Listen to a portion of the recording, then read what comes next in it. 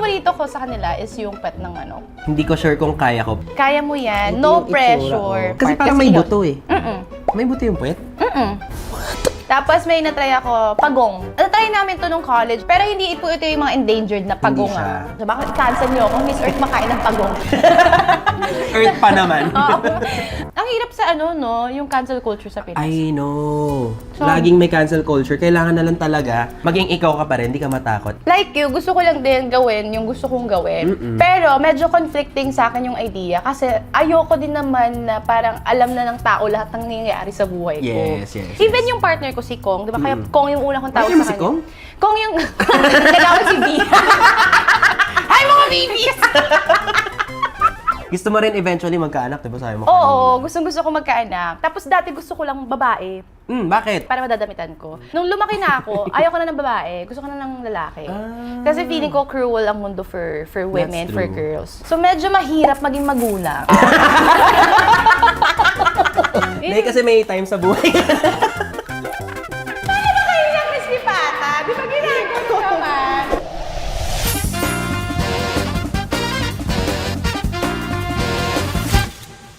Hindi ko ba alam, habang tumatagal, it's becoming more emotionally weird to make new friends. Because I've never had any encounters yet with Joy. Nakikita ko lang siya sa social media. And there's always a constant anxiety of not knowing kung mamamatch nung iyong potential new friend, yung energy mo. Pero parang may thrill din, di ba? Kasi every time you meet someone, kapag hindi mo siya ka-vibe, it's okay. Kapag ka-vibe mo siya, better. Kinakabahan ako.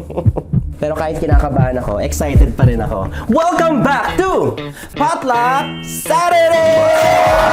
Ang tagal na walang tao dito. Inaalikabok na yung mga gamit, oh. Tingnan mo. For today's video, mag-ASMR tayo. Clean with me.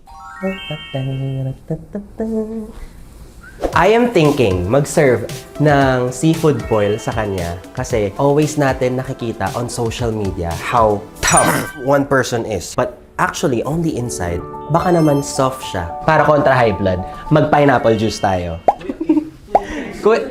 Oo nga, dapat si Kuya Kim yung gina-guest din natin kasi para parehas kami ng vibe today. Welcome to Avilan Zoo!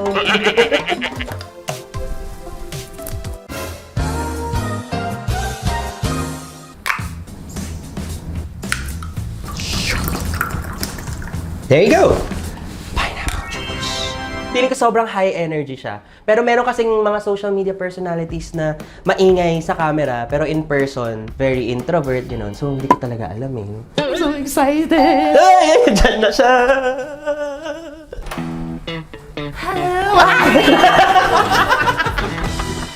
Hawak mo ang beat, hawak mo ang gulay sa bawat galaw mo. Yes, pumasok na, hindi ka- bitin. Iba yun! Iba ba yun? Welcome! Nice to meet you! Welcome to Potluck Saturday! Maraming salamat! Grabe, parang ang daki naman ng bit-bit mo dyan. Yes, I carried my audacity. Ganda ng suot mo. Thank you. Very, Sleepwear.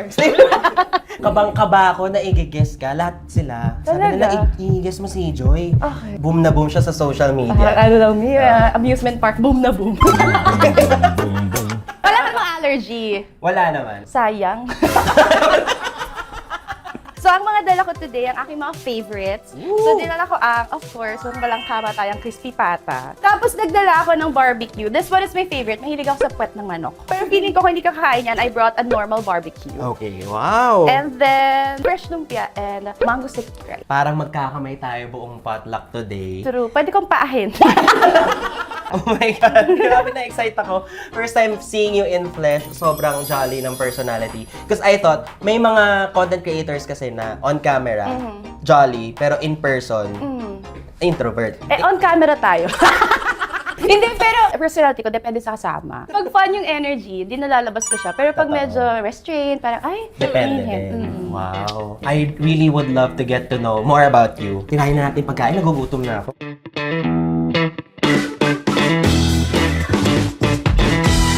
Foodie ka ba? Sobra. As in, magkakamay tayo dito. Oo, go. Kaya nga minsan nagla-live ako, nakakamay, kung ano nung kinakain ko. Nakikita ko nga, nag-ano ka eh, instant noodles, tapos nag-live ka. Hindi ka ba nape-pressure na parang, oh my God, kailangan marami akong substance na masabi every time na nagla-live ako? Hindi, ang dami rin kasi nagtatanong. Kung di kayo nagtatanong, wala naman sabihin.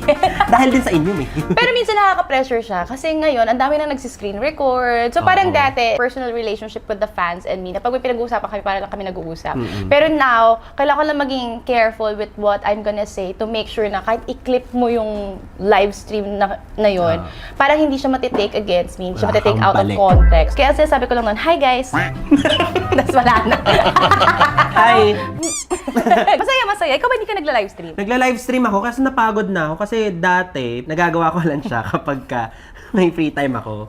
Eh ngayon, makulit na yung anak ko. So, pagod ako lagi. Si Alex. Si Alec. But Alec, He's a warrior. talaga, warrior is Ito ka a lang sa child. Pinterest. Gusto mo rin eventually magkaanak, di ba sabi mo? Oo, gustong-gusto ko magkaanak. Hanggang ngayon naman, pero I feel like I'm more careful na lang kung kailan ko gustong magkaanak. Yeah. Parang busy pa ako, hindi ko siya matutuunan ng pansin. At saka ginawa kong pledge sa sarili ko na pag nag-anak ako, gusto ko ako yung mag-aalaga. Tama. Hindi pwede ibang tao. Oo. Pwede may mag-aalala pero not to the extent na sila na yung nagpalaki sa anak ko. Actually, hindi talaga posible na i-delegate mo lang sa yaya, ganun. Kasi at the end of the day, ikaw dapat yung parent figure. Oh. Tsaka sa dami ng friends ko na may anak, nakita ko kung paano kabilis mag-absorb ng info ang bata. Sobra! Kaya parang gusto kong turuan siya ng magagandang asset galing sa akin lang. Wow. Walang kasalanan. Sa akin pa! Dahil para wala akong bahin. Tapos dati gusto ko lang babae Bakit? para madadamitan ko. Nung lumaki na ako, ayaw ko na ng babae, gusto ko na ng lalaki. Kasi feeling ko cruel ang mundo for women, That's for true. girls. So medyo mahirap maging magulang. Hikain nata ako. Wait Hindi lang. ba yan for sharing? Pinabalik. Hindi, kasi may time sa buhay.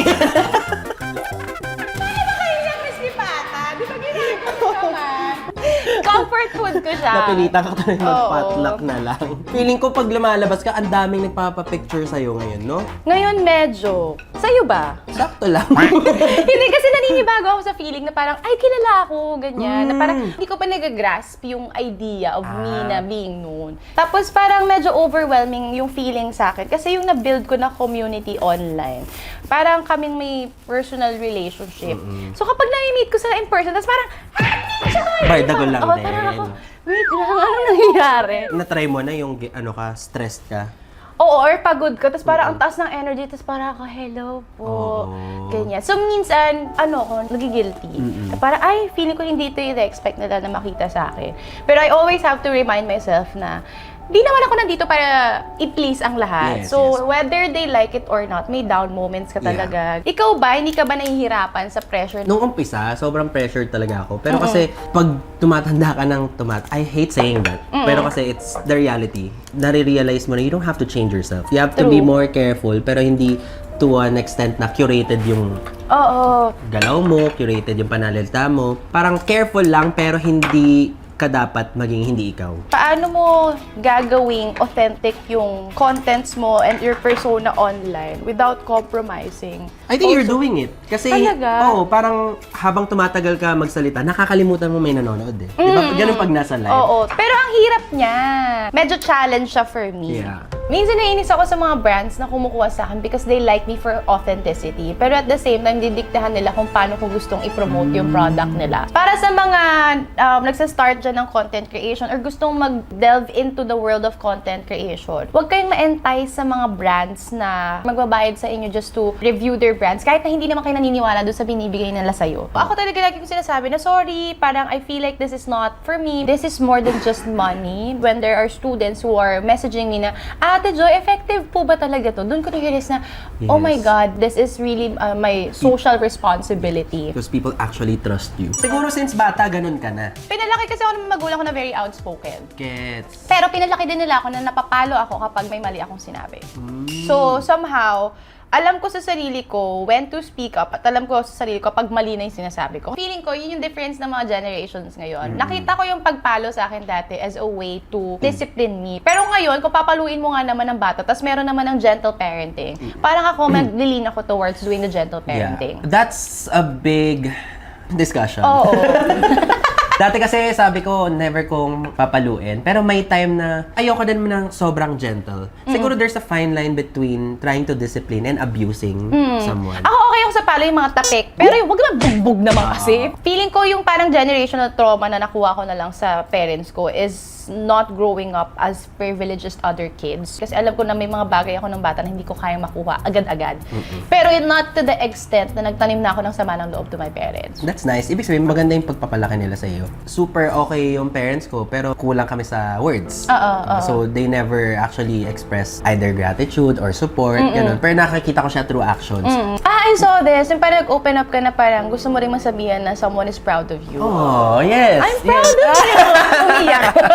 Pero totoo. Oo, kaya pag may nakikita ako ng mga IG reels na it's your parents' first time living, I try to put myself into their shoes. Pero kasi, there are other people na na-abuse kunyari.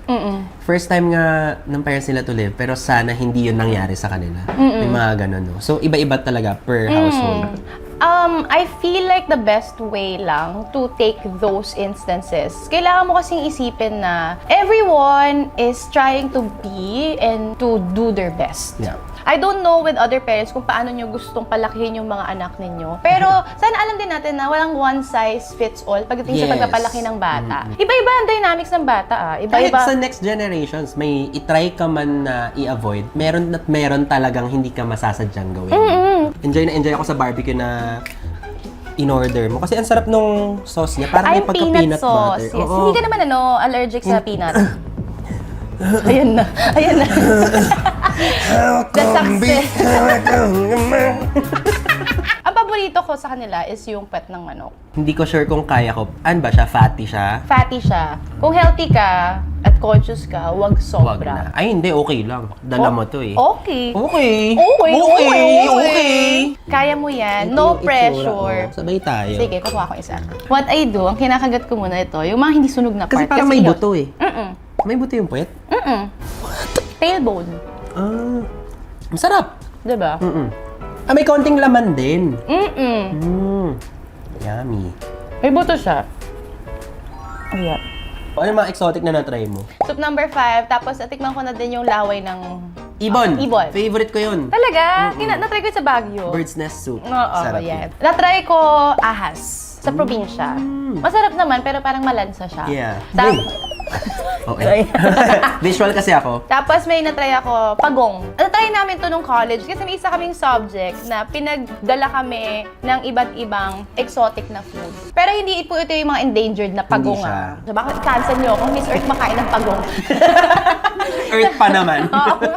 Ang hirap sa yung cancel culture sa Pinas. I know. So, Laging may cancel culture. Kailangan na lang talaga maging ikaw ka pa rin, hindi ka matakot. Alam mo dati, hindi naman ako hero at magpapakabait ng sobra. Parang party din ako ng mga taong nagka-cancel. Lalo na kapag may mga issue na parang, oo nga, mali yung ginawa niya. Pero through time, na-realize ko, if tayo, as a person, na off tayo or nalulungkot or nagagalit tayo kapag may canceled plans, canceled trips, mga canceled flights, bakit hindi tayo nafe-feel bad kapag nangka-cancel tayo ng ibang tao? Kahit naman ako siguro, I have a lot of cancelable takes in life, cancelable decisions. So I want people to give me the same grace na gusto kong makuha sa sarili ko. Gusto ko siyang ibigay din sa ibang tao na goes through that. Hindi naman laging tama ang desisyon ng tao. Tama. So, di ka takot ma-cancel?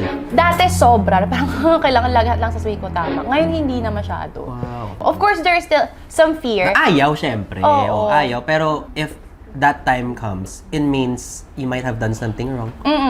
And if you do something wrong, there's always a solution. Oo. Tsaka parang ang belief ko nga, no one is beyond redemption. So parang you always have a chance to change or to navigate your ways through making the right decision. Pero di mo naman nilo-look forward. Hindi naman. It's going to be a learning curve for me. Kakancel niyo ako online, log out, bye-bye. Hindi ko na babasahin. Kahit anong i-comment mo, hindi ko nakikita. Oo, ganun na lang siya. Parang, Kasi yung gigil nila is the fact na they know you're gonna read the comments. Kaya gigil na gigil sila tuloy-tuloy kailangan kong matutunan kung paano maging ganun. Kasi wala kang karapatang maging mapili, lalo na kung reality siya of a lot of people. Ang gusto mo sa kita mo. Talaga. Baka natatay ka. Hindi na malamig kasi. Naaawa ako sa mga na-experience ng tao. Pero nas nakakagalit yung sobrang sarap ng buhay dahil sa paghihirap ng tao.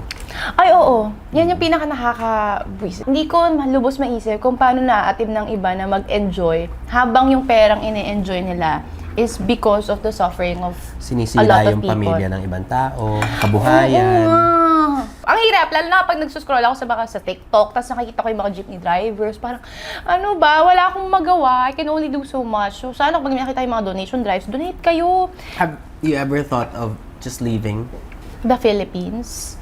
the condo? Pangarap ko magpunta ng Switzerland kasi gusto ko ma-experience yung White Christmas. Wow! Oo. Doon lang ba may White Christmas? Hindi, pero nakita ko siya sa Toblerone, di ba?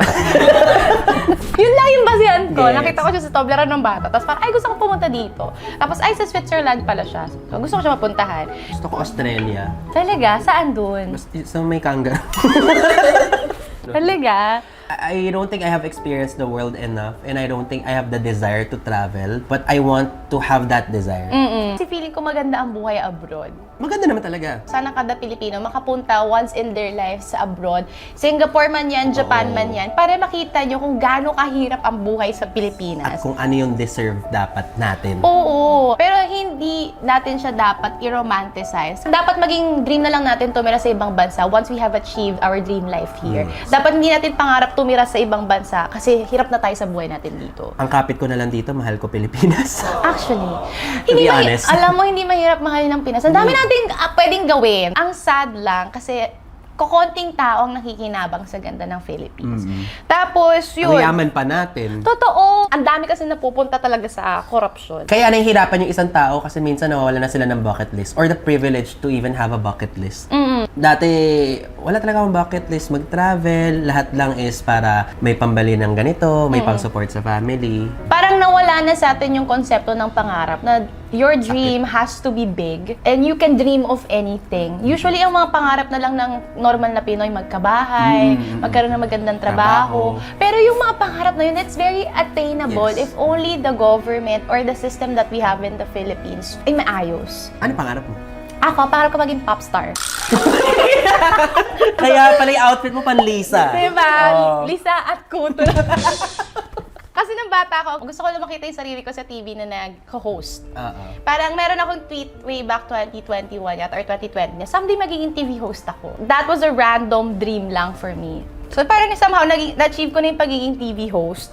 Sabi ko, ay parang kailangan ko na ng bagong pangarap. Kasi ang bilis ng mga pangyayari lately. Thank you sa mga viewers. Thank you sa mga nag-support. The You best made ka. that possible for me. Tapos may lumabas doon na na parang performer lang. Tapos parang kanta-kanta lang siya. Tapos after nun, wala na, tapos na. Sabi ko, ay gusto ko yun!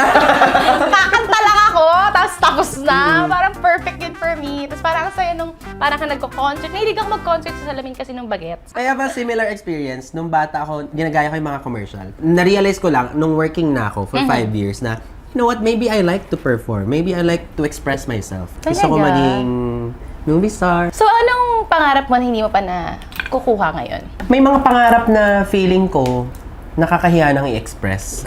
Dahil, Dahil matanda na ako. feeling mo too late na. Yes. Although when I started YouTube, matanda naman na ako in my eyes. Feeling mo, nakakaya siyang sabihin kasi parang you're too old for that. Pero I had a realization kasi nung bata ako, gusto kong matutong mag-gitara. And now I'm 27 and I don't know how to do it. Tapos ngayon, ako nag-enroll for classes for that. Wow! Oo! Do it now. Huwag mo nang i-delay. Do not delay your dreams. Walang edad yung mga bagay na gusto mong gawin. If you want to do it for yourself and not for other Uy, tsaka people. walang deadline ng success.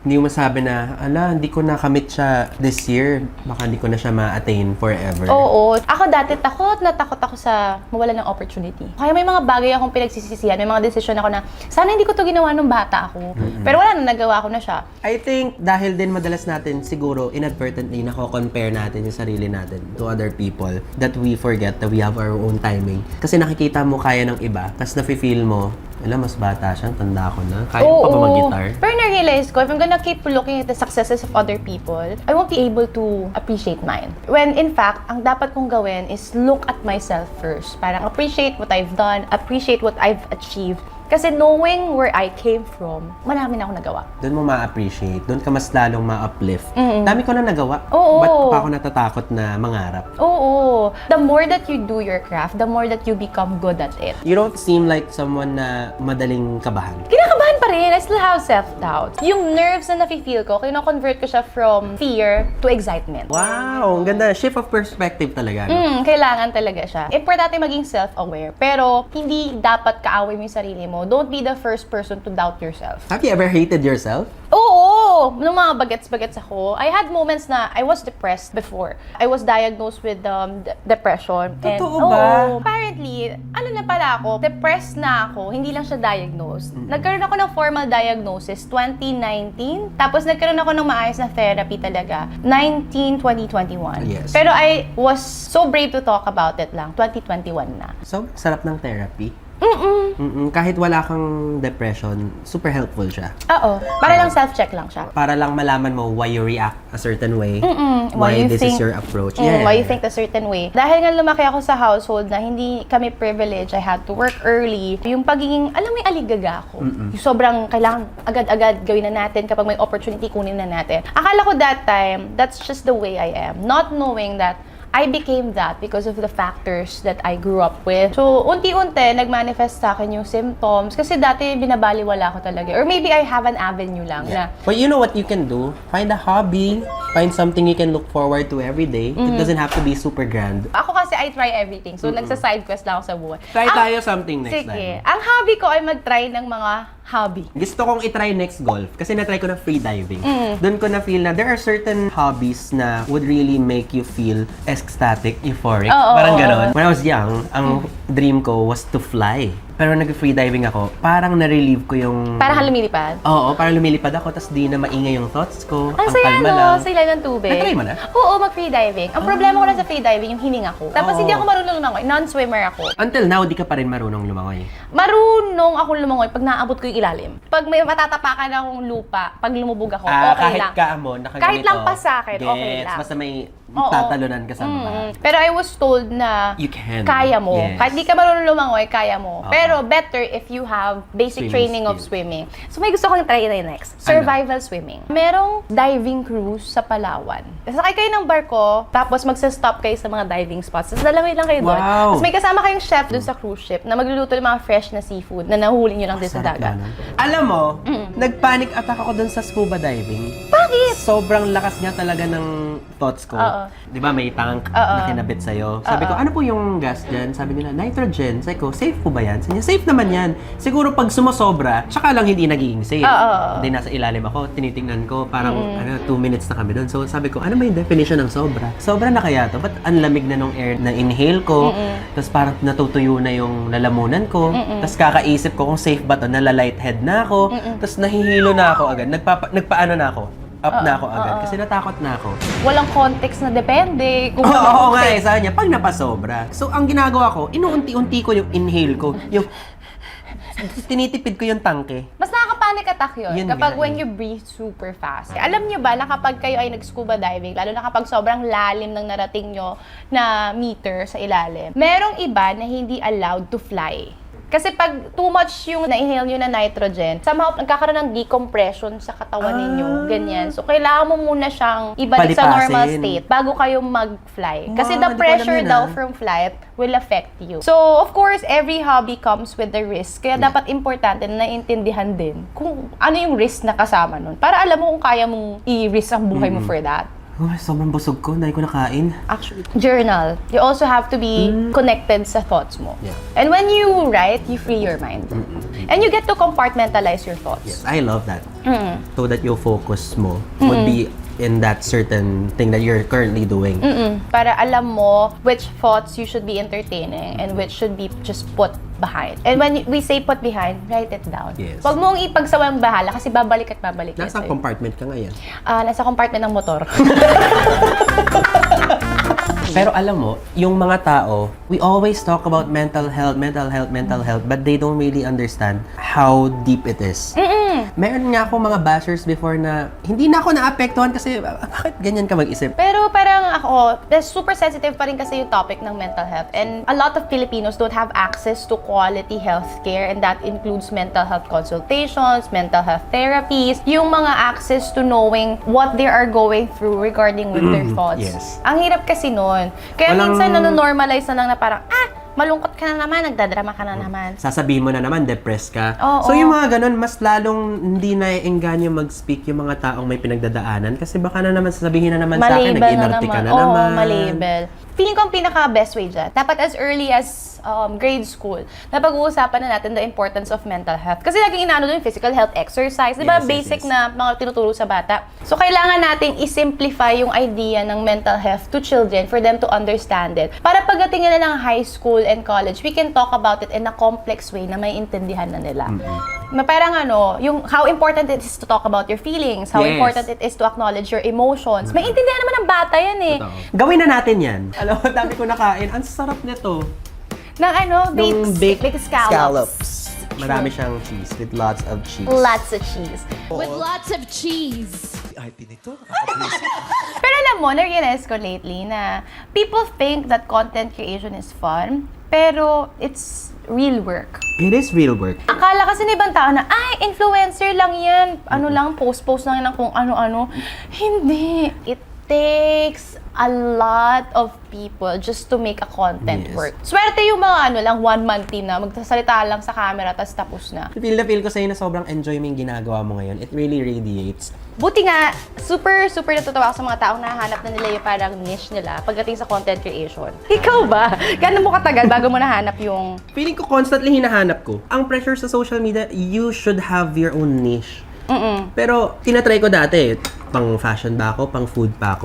Pero mas nag-e-enjoy ako pag ako lang yung ako. Pa-jack of all trades ka, But ganyan. master of none. Ay, diba? pero okay lang yun. Better than master of one.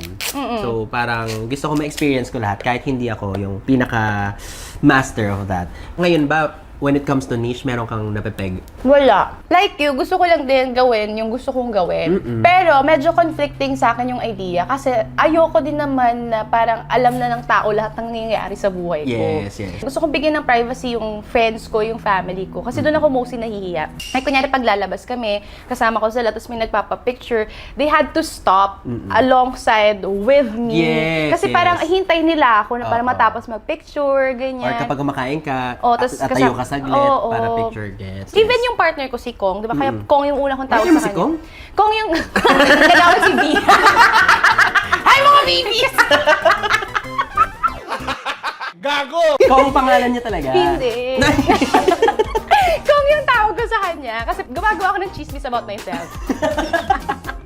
So, pinagkalat ko, nakabit ako ng congressman. Oh, doon galing Oo. yun. Tapos, pero alam ng mga tao na may boyfriend ako. Tapos sabi ko, hindi ko siya pwedeng ipakita kasi kabit ako ng congressman. So, ang tawag ng mga tao sa kanya, si Kong. Paano makabit ka talaga ng congressman? Okay lang naman That's yung for you maging to proud. find out. Peram ng Hello? cellphone. In respect to his privacy, yun yung naging nickname niya online. Wow. Tapos na ano nga siya pag kunyari na lalaman na, hala, paano nila alam na ganito? Sabi ko, ay sorry, chinismis ko. Nakikita ko yung mga screenshot ng conversations nyo. Oo. Pinost mo sa TikTok, I think. Oo. Nakita ko. Na parang, uy, may nag-message sa akin ng ganito. So, tinatawanan niya lang. I think that makes a really healthy relationship. Kasi habang na-expose ka sa fame, Mas susceptible ka to temptation, Yes, yes. yung mga challenges sa relationship. So, mas lumalabas siya the more you get to meet more people. Kasi nakikita mo na yung differences na, ay, ba't ganito yung ibang tao? Ay, ganito pala. Ay, mayroon palang ganito. So, minsan nako-compare mo siya, pero you have to go back to the realities na ito yung taong kasama mo nung wala ka pa sa posisyon na yan. So, pero you have paano to respect. maiwasan na hindi niya yun maramdaman? Kasi ako na ang kukuha ng tips sa kanya. Lahat ng mga dating scenes ko before, sila na yung nai-intimidate sa industry that I am in. Not sa akin. Kailangan mo hanapin ng isang secure na person for you. Kasi siya, very secure siya sa sarili niya. In the beginning of the relationship, may mga nanliligaw na rin kasi sa akin dati ng mga politician. So, nung time pa lang na yon, parang naset na sa kanya na if magiging insecure ako dito sa relationship namin, walang mangyayari. Ay, So, ganda from the very beginning of the relationship, supportive na siya. Siya kasi yung nagtuturo sa akin na, sige lang, kausapin mo lang sila. Kasi sa connection. Siya kasi ang work niya before, sa procurement siya. So, he talks to a lot of people, he talks to a lot of business owners. So, he knows how important it is to build relationship. Yeah. Kaya ngayon, kahit anong klase ng tao yung kumausap sa akin, I feel like I can handle. You don't have to give in naman sa gusto nila eh. With limitation. Oo. Tsaka second very important thing sa amin, yung open communication. The best way to combat or to counter temptation is to be open to your partner about it. So, kunyari, may nakakasyan ako, parang, uy, kagwapo neto. Same thing sa kanya na, parang, uy, ang ganda neto. Hindi rin siya seloso, ha? Bihira yung ganun, ha? Hindi. Wow. Parang nagiging biruan na lang siya for us. Siguro ganun kadali lang i-navigate yung challenges. Kasi alam ko na nakakatuwa hindi naman. nakakatakot mag-open up dun sa person na I am with. Yeah. Ano yung pinag-awayan niyo na so far? Sa bahay! Talaga? Kasi may family lives in the same subdivision ng bahay nila ng parents nila. Since natatamad ako minsan sa bahay, pupunta ako sa kanila. So they gave me the liberty na magkaroon ng sariling room, ganyan. Wait, ngayon live-in kayo? Hindi pa. Okay lang ba mag-live-in kahit di pa... Ako okay ako sa idea. Pero hindi lang namin ginagawa ngayon kasi may corona ako. So, bawal kasi siya sa stipulations ng organization. So, I have to respect that. Kaya Yeah. hindi muna. Pero okay ako sa idea ng living in. Kasi nung madalas na kami magkasama, lalo na nung pandemic, na-stuck kasi ako sa bahay nila. Makalat. So nakita mo na rin mga good and bad sides niya? Oo. Mga habits na ayaw mo? Oo. Sino maglilinis? Lumaki siyang may kasambahay. Ako, lumaki ako na mahirap. Simply put, Oo. yan yung top problems na pinagdadaanan ng mga... sa mga sandwich. na pinag-aaway ng mga couples, kahit mga kasal na, lalo na pag nagkaanak, yung mga gawaing bahay. Tsaka you really have to talk to your partner.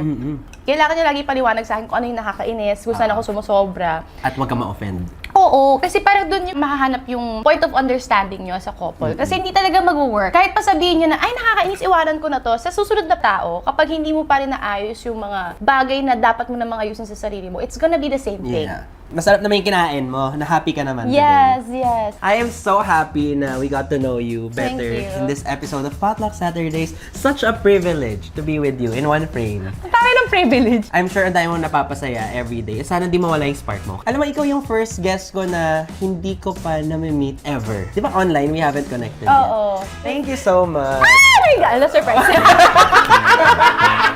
Umaki.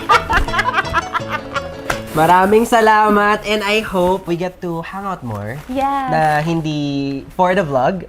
Maybe another hobby or... Oo, mag-try tayo ng bagong bagay. Mag-hobby tayo. Bagong bagay. Kasi Nag-invento. super enjoy ako on and off cam. You are you. I'd like to also preserve this time and make memory. Mag-picture tayo. Magkikiss. 1, 2. And that's it for this wonderful episode with Joy Barcoma. I'll see you guys again on another episode of Potluck Saturdays with...